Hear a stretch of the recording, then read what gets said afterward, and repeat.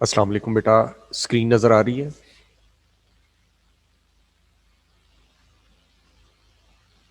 जी sir. अच्छा बेटा, सबसे पहले हम जो है वो डिफरेंशिएशन के कॉन्सेप्ट्स को रिवाइज करेंगे, फिर उनको रिवर्स करके इंटीग्रेशन के स्टेप्स को देखेंगे। अब ये क्वेश्चन है जी कि differentiate 6x⁴ minus 5x³ plus 4x² minus 3x plus 7 with respect to x।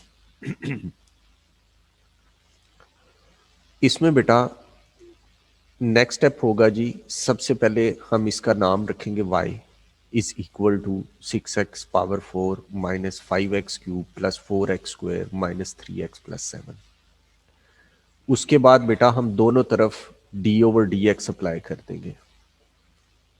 हम दोनों तरफ d/dx अप्लाई कर देंगे। Apply d/dx on both sides. ये ले जी, दोनों तरफ हमने d/dx अप्लाई कर दिया हमने। अब हम हर टर्म के साथ d/dx लिख देंगे।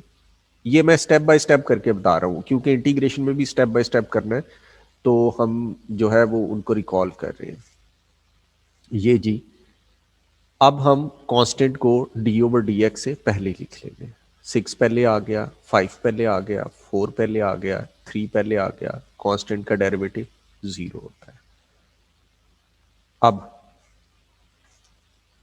डिफरेंशिएशन के जो 3 स्टेप्स हैं वो क्या है? पावर को कोएफिशिएंट बनाना है, RGB मैंने आपको लिखवाया हुआ है।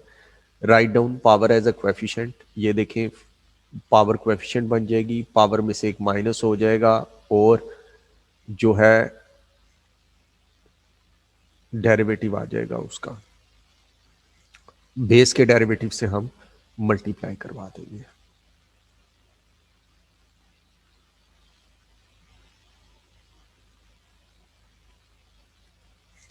अब ये देखें कि यहां पर आना था 4, पावर कोएफिशिएंट बनेगी।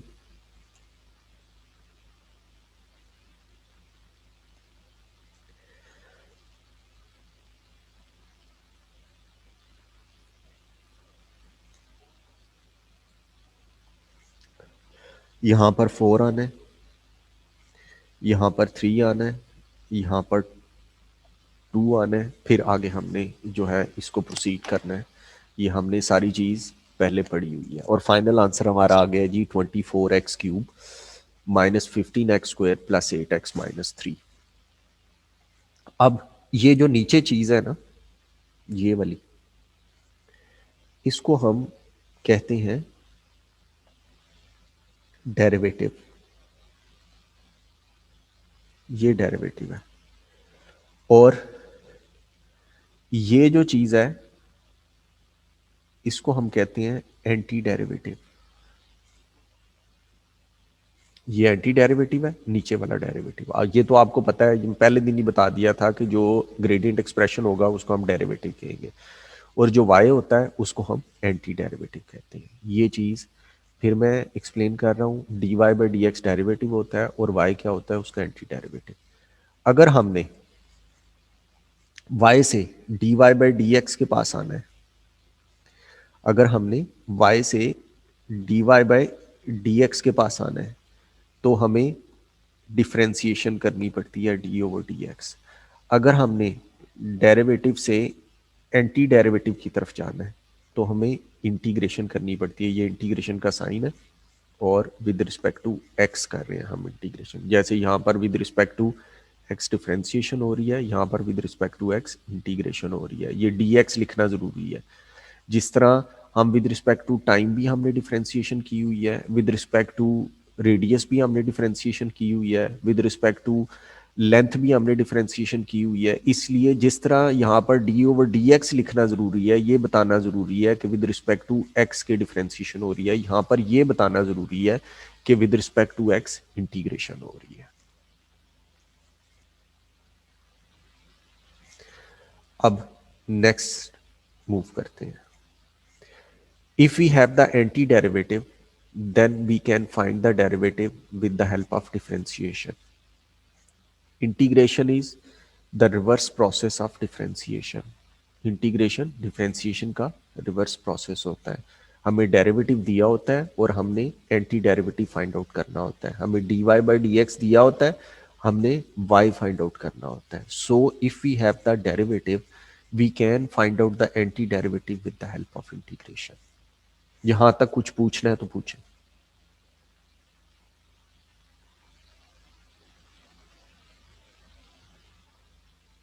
जी बच्चों,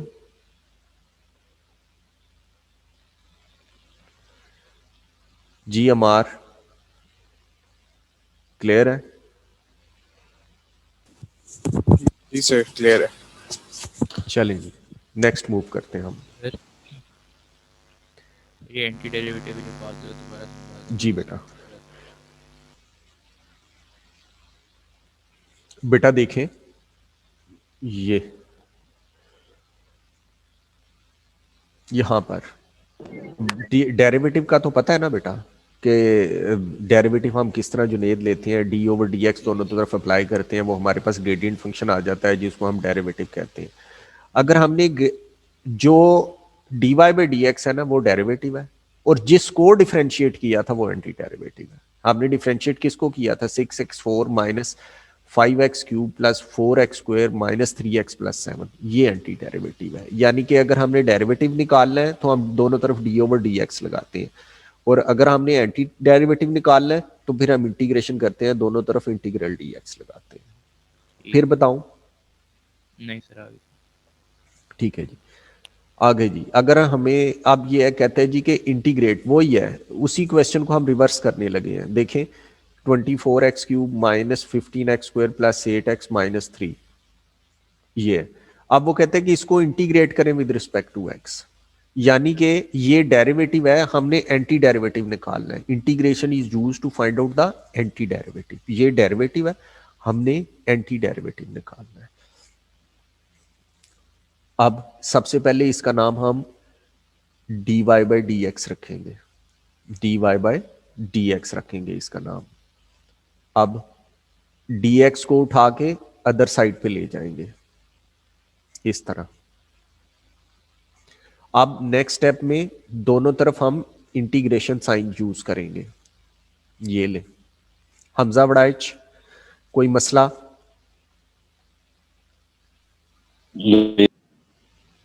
जी हमजा बेटा, आवाज नहीं आई।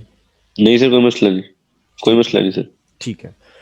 अब जी सबसे पहले हमने, क्योंकि हम एंटी डेरिवेटिव फाइंड आउट करना चाहते हैं, ये डेरिवेटिव है जिससे हम एंटी डेरिवेटिव की तरफ जाएंगे।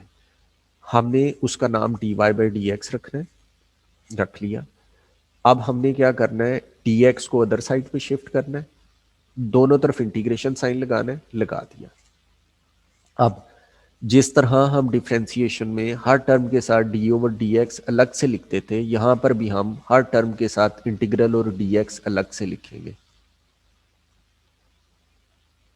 ये ले जी, हर टर्म के साथ हमने इंटीग्रल और डी एक्स अलग अलग लिख दिया। 24x³ के साथ भी इंटीग्रल डी एक्स, 15x² के साथ भी इंटीग्रल डी एक्स, 8x के साथ भी इंटीग्रल डी एक्स, और 3 के साथ भी इंटीग्रल डी एक्स हमने लिख दिया।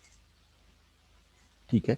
जिस तरह डिफरेंशिएशन में हम कांस्टेंट को डी ओवर डी एक्स से पहले लिख लेते थे, यहाँ पर भी हम जितने भी कांस्टेंट जो सबके साथ मल्टीप्लाई हो रहे हैं, हम उनको इंटीग्रेशन साइन से पहले लिख लेंगे। जी जी, हमने लिख लिया। ठीक है। अब x³ रह गया,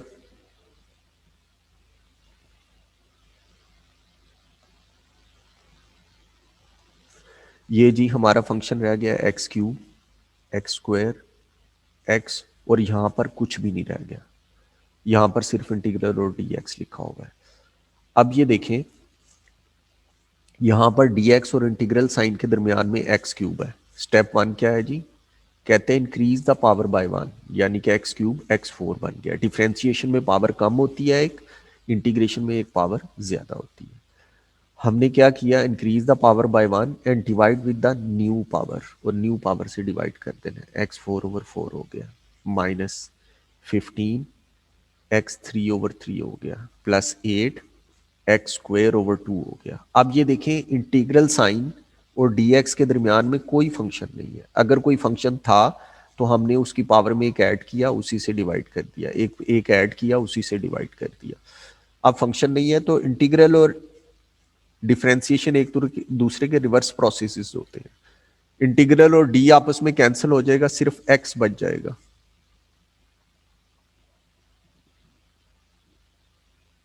ये एक्स बच गया। अगर कोई फंक्शन नहीं है इंटीग्रल और डी एक्स के दरमियान में तो हमने क्या करना है, इंटीग्रल और डी को कैंसिल कर देना है। बाकी इन द सिमिलर वे यहां पर डी वाई और इंटीग्रल के दरमियान में कोई फंक्शन नहीं है, ये डी और इंटीग्रल साइन आपस में कट जाएंगे, यहां पर वाई रह जाएगा। अगर कोई फंक्शन होता तो हम उसकी पावर में एक ऐड कर देते, उसी से डिवाइड कर देते। अब ये देखें, जो कांस्टेंट था,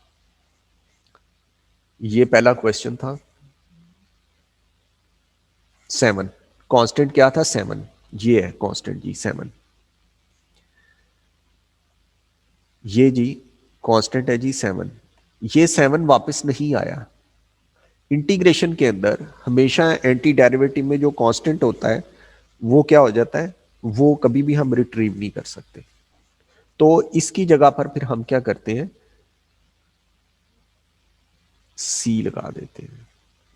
ये देखिए जी, वो उस कांस्टेंट की, अगर वहां पर 7 था, अगर 8 होता तो वो भी वापस ना आता, अगर 100 होता वो भी वापस ना आता, अगर -100 होता तो वो भी वापस ना आता। तो हमने उसकी जगह पर सी फाइंड आउट कर, सी लगा दी है।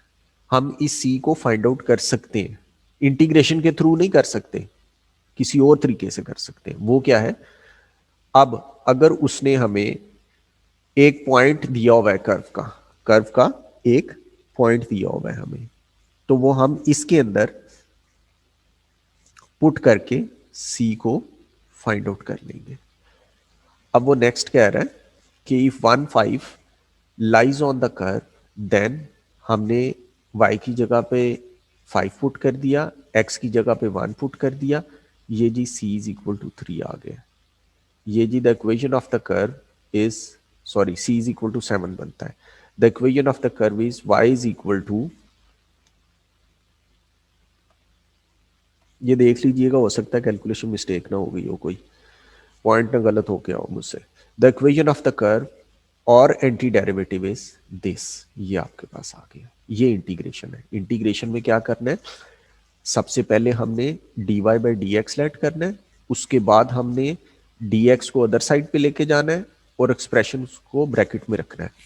फिर दोनों तरफ इंटीग्रेशन साइन लगाना है, हर टर्म के साथ इंटीग्रल और dx लिखना है जिस तरह डिफरेंशिएशन के स्टेप्स थे। फिर कांस्टेंट को इंटीग्रल साइन से पहले लिख लेना है, पावर में एक ऐड कर देना है और न्यू पावर से डिवाइड कर देना है, पावर में एक ऐड कर देना है, न्यू पावर से डिवाइड कर देना है। स्टार्ट में आपको ये मसला होगा कि आपको ये समझ नहीं आएगी कि डिफरेंशिएशन में एक पावर कम करनी है कि इंटीग्रेशन में एक ऐड करना है, इसमें मसला हो जाएगा। इंटीग्रेशन में आप सब्ट्रैक्ट कर जाएंगे, डिफरेंशिएशन में आप ऐड कर जाएंगे, लेकिन आहिस्ता आहिस्ता ये चीज़ ठीक हो जाएगी आपकी। अब हम इसके करते हैं जी, क्वेश्चंस करते हैं। जो क्वेश्चन नंबर 1 है जी, एक्सरसाइज है 20.1।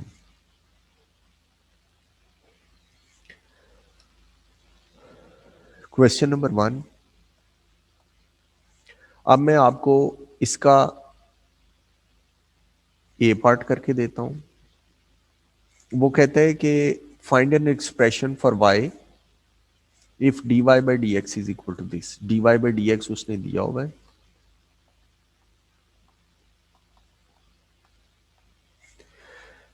उसने पहले ही dy बाई डी एक्स दिया हुआ है, हमें लेट करने की जरूरत नहीं है। हम dx को अदर साइड पे ले जाएंगे, दोनों तरफ इंटीग्रेशन साइन लगा देंगे,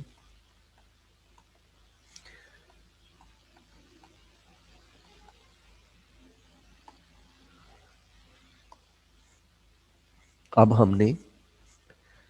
ये देखें कि इंटीग्रल साइन और dy के दरमियान में कोई फंक्शन नहीं है, ये दोनों कैंसिल आउट हो जाएंगे, y आ जाएगा। कांस्टेंट को हम इंटीग्रेशन साइन से पहले लिख लेंगे। अब इंटीग्रेशन में हम क्या करते हैं, पावर में एक ऐड करते हैं, न्यू पावर से डिवाइड करते हैं और प्लस c भी ऐड करते हैं जरूर, नहीं तो एक नंबर कट जाता है। ये जी इसका एंटी डेरिवेटिव आ गया। अब मैं क्वेश्चन इसका बी पार्ट करके आपको देता हूं। उसने कहा हुआ है कि ये dy/dx है -5, dx को हम अदर साइड पे शिफ्ट कर देंगे। उजैर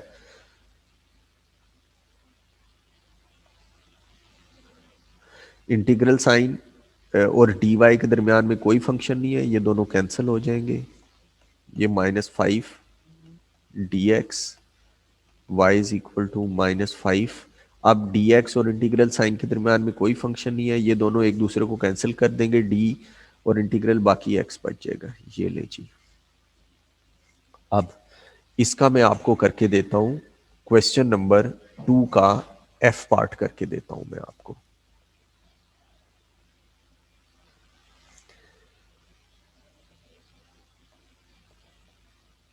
f पार्ट उसने dy/dx हमें दिया हुआ है।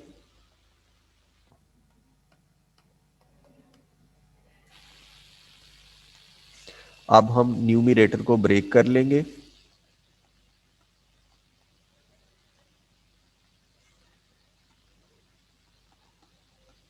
Two X plus 3x power -2। अब हम dx को अदर साइड पे शिफ्ट कर देंगे।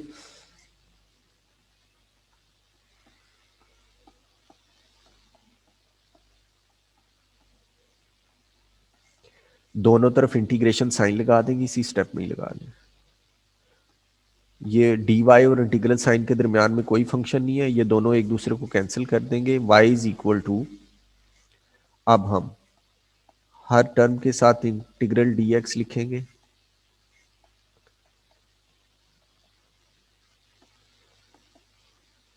कांस्टेंट जो है वो इंटीग्रेशन साइन से पहले आ जाएगा।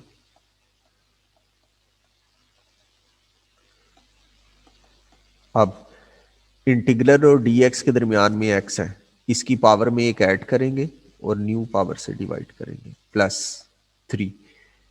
इंटीग्रल और dx के दरमियान में x पावर -2 है, इसकी पावर में एक ऐड करेंगे और न्यू पावर से डिवाइड कर देंगे और एक कांस्टेंट भी ऐड करेंगे।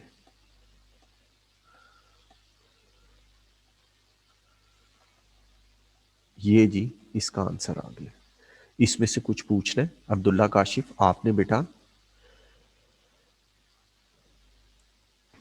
नहीं सर। ये प्रोसीजर है, इसको हमने फॉलो करना है। अब मैं क्वेश्चन नंबर 3 का डी पार्ट आपको करके दे रहा हूं।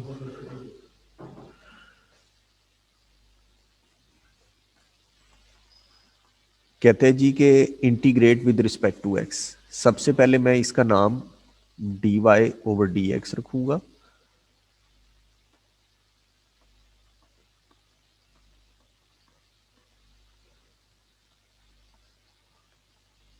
अब सबसे पहले मैं इसको सिंप्लीफाई करूंगा, √x को √x से मल्टीप्लाई करवाएंगे तो √x² बन जाएगा, वो x आ जाएगा, +3 dx को मैं उठा के अदर साइड पे ले जाऊंगा। ये ले जी। अब दोनों तरफ मैं इंटीग्रेशन साइन लगाऊंगा, क्योंकि dy और इंटीग्रेशन के दरमियान में कोई फंक्शन नहीं है, इसलिए दोनों ने एक दूसरे को कैंसिल कर दिया, y बच गया। अब हर टर्म के साथ मैं इंटीग्रल dx लगा दूंगा।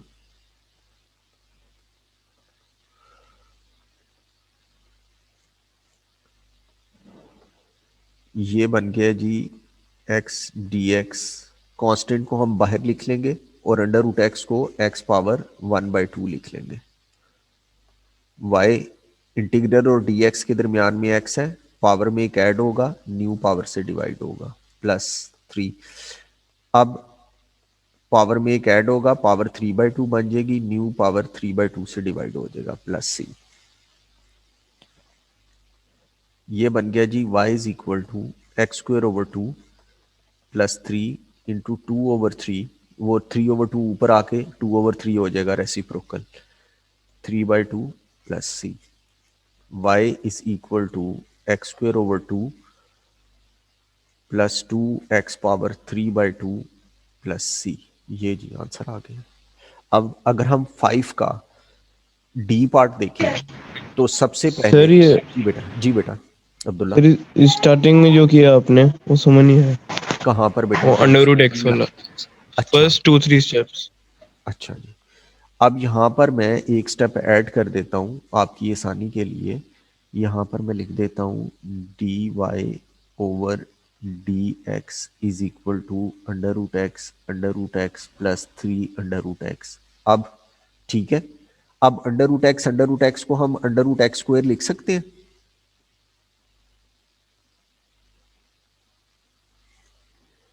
जी sir. D Y over D X is equal to under root X square plus 3 under root X. ये बन जाएगा X plus 3 under root X. अब ठीक है कि और इसको एक्सप्लेन करूं?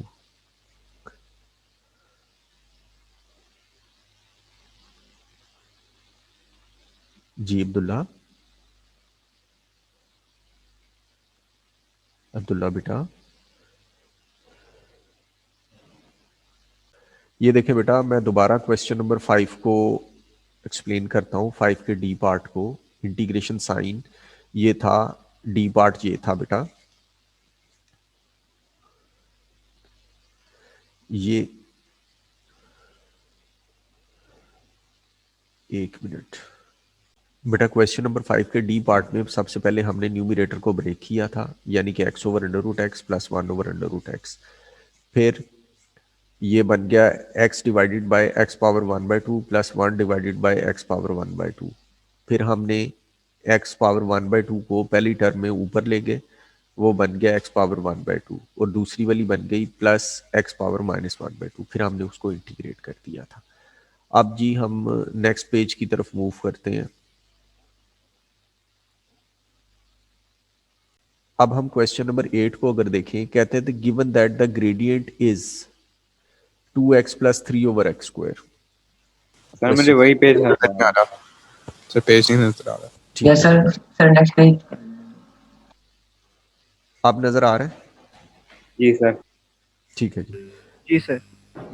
क्वेश्चन नंबर 8 में कह रहा है कि the gradient of the curve, gradient क्या होता है? D Y by D X होता है। Gradient of the curve is given, D Y by D X उसने दिया हुआ है,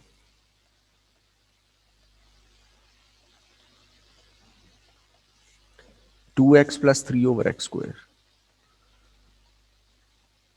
ये उसने दिया हुआ है। अब वो कहते हैं कि and that the curve passes through the point -1 and 5, इससे पास करता है। Find the equation of the curve, यानी कि इक्वेशन ऑफ द कर्व क्या है? y है, एंटी डेरिवेटिव है, हमने एंटी डेरिवेटिव निकालना है। इस क्वेश्चन में हम इंटीग्रेशन अप्लाई करेंगे। ये हो जाएगा जी D Y is equal to 2x plus 3x power -2 dx, दोनों तरफ इंटीग्रेशन साइन लगाएंगे, ये बन जाएगा y, हर टर्म के साथ इंटीग्रल dx लिखेंगे। y is equal to, integration से पहले हम कांस्टेंट को लिख लेंगे। अब हम पावर में एक ऐड करेंगे, न्यू पावर से डिवाइड करेंगे। 3 पावर में एक ऐड किया, न्यू पावर से डिवाइड किया, प्लस सी रूट लगाना है। y is equal to X square minus 3 over X plus C. एक पॉइंट उसने दिया हुआ है 5 एंड -1, वो हम बीच में पुट कर देंगे।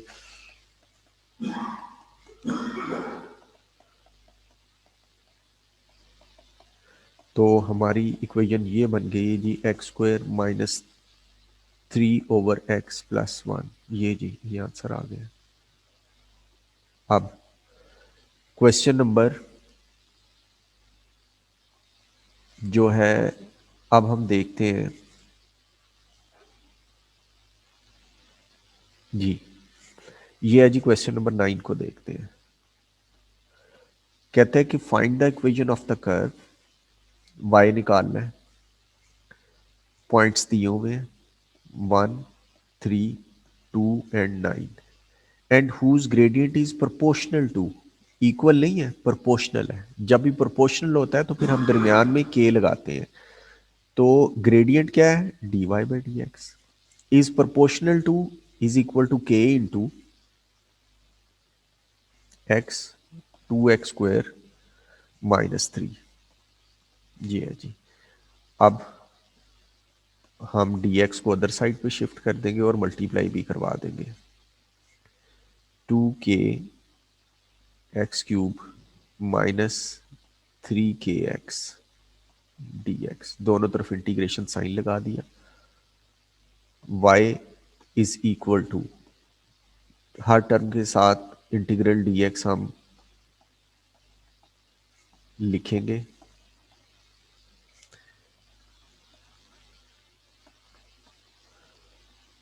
टू के इंटीग्रेशन साइन से बाहर आ जाएगा, इधर 3k बाहर आ जाएगा। ये बन गया जी 2k x⁴/4 -3k x²/2। या तलमीज़ आप मौजूद हैं? सी। अब 2 पॉइंट उसने दिए हुए हैं, पहले हम पुट करते हैं 1 3। 3 इज इक्वल टू 2k/4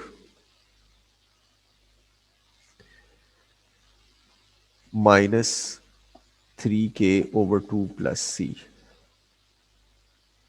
ये जी सबको 4 से मल्टीप्लाई करवा दें।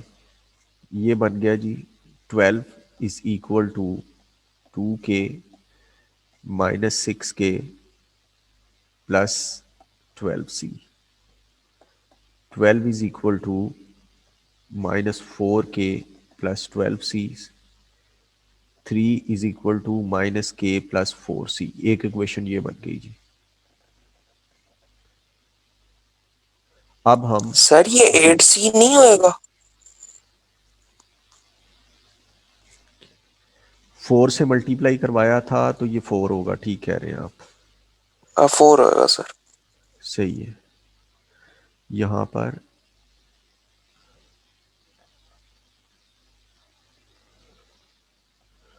यहाँ पर 4 आ जाएगा, यहाँ पर क्या आ जाएगा +4c, और यहाँ पर k plus -k plus c आ जाएगा। ये आ गया जी। कैलकुलेशन मिस्टेक देख लीजिएगा अभी भी अगर कोई मौजूद है तो। जब हम दूसरा पॉइंट पुट करेंगे तो बन जाएगा 9 इज इक्वल टू